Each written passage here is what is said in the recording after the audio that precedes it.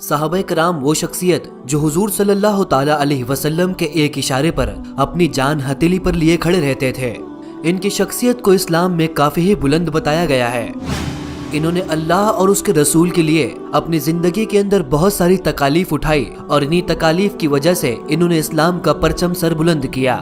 یہ ایسا گروہ تھا جو حضور صلی اللہ تعالی علیہ وسلم کی صحبت میں رہے، آپ کے ساتھ اور آپ کی زندگی کو دیکھ کر خود کی زندگی کو بدلا اور اللہ اور اس کے رسول کی راہ پر ہی اس دنیا کو بھی الوداع کہا۔ انہی اصحاب میں ایک ایسے شخص بھی ہے جنہیں حضور صلی اللہ تعالی علیہ وسلم کی صحبت نصیب نہ ہوئی، لیکن وہ اصحاب جو حضور صلی اللہ تعالی علیہ وسلم کی صحبت میں رہے، ان کا مرتبہ ان سے کم نہیں۔ اس عظیم منصب پر قائم شخصیت کا نام اویس بن عامر کرنی تھا۔ ان کا تعلق یمن کے کرن قبیلے سے تھا، جس کی وجہ سے آپ کو کرنی کہا جاتا ہے۔ آپ نے حضور صلی اللہ تعالی علیہ وسلم کا دور پایا اور آپ اس زمانے میں موجود تھے جب اسلام اپنے دامن کو بڑھاتا ہوا یمن کی سرزمین میں پہنچا، تو یہاں پر حضرت اویس کرنی نے اسلام کو قبول کیا۔ بہت سارے علماء اور محدثین نے اویس کرنی کو تابعین قرار دیا ہے۔ ایک روایت یوں بھی ملتی ہے کہ حضور صلی اللہ تعالی علیہ وسلم کا ارشاد ہے کہ تمہارے پاس یمن کے حلیف قبائل کے ساتھ اویس بن عامر آئے گا اور اس کا تعلق کرن قبیلے سے ہوگا۔ اسے برس کی بیماری لاحق تھی جو کہ اس وقت ختم ہو چکی ہے۔ یہ اپنی والدہ کے ساتھ کافی نیک سلوک کرتا ہے اور اللہ تعالیٰ اس کی دعا کو رد نہیں کرتا، لہٰذا اگر تم اس سے خود کے لیے استغفار کروا سکو تو ضرور کروانا۔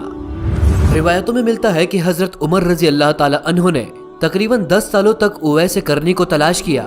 وقت تھا جب یمن سے لوگ مکہ کی طرف حج کے لیے آ رہے تھے۔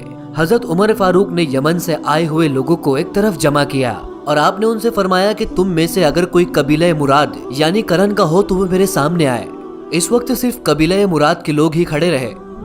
آپ نے ان کھڑے ہوئے لوگوں سے فرمایا کہ کیا تم میں سے کوئی اویس نامی شخص کو جانتا ہے؟ یہ سوال کرتے کرتے حضرت عمر خود اویس تک پہنچے اور آپ نے کہا کہ کیا تمہارا نام اویس ہے؟ اویس کرنی نے ارشاد فرمایا جی ہاں۔ حضرت عمر نے سوال کیا کہ کیا تم شاخ قبیلے کرن سے تعلق رکھتے ہو؟ انہوں نے ہاں جواب دیا۔ حضرت عمر نے اس سے پوچھا کہ کیا تمہیں برس کی بیماری لاحق تھی اور اب وہ ختم ہو چکی ہے؟ انہوں نے کہا جی ہاں۔ حضرت عمر نے آخری سوال پوچھا کہ کیا تمہاری ماں ہے؟ حضرت اویس کرنی نے ہاں میں جواب دیا۔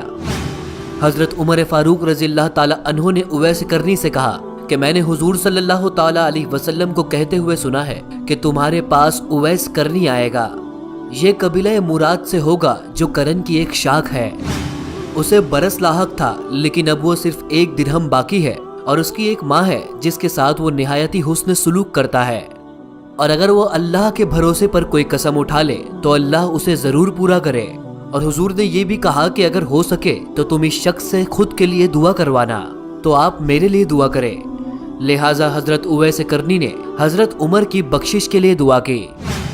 آپ نے اویس کرنی سے فرمایا کہ تم کہاں جانا چاہتے ہو؟ اویس کرنی نے جواب دیا کہ میں کوفے کی طرف جانا چاہتا ہوں۔ حضرت عمر نے فرمایا کہ میں کوفہ کے سردار کے پاس تمہارے نام ایک خط لکھ دیتا ہوں۔ اویس کرنی نے جواب دیا کہ مجھے غریبی اور خاک ساری کے عالم میں رہنا پسند ہے۔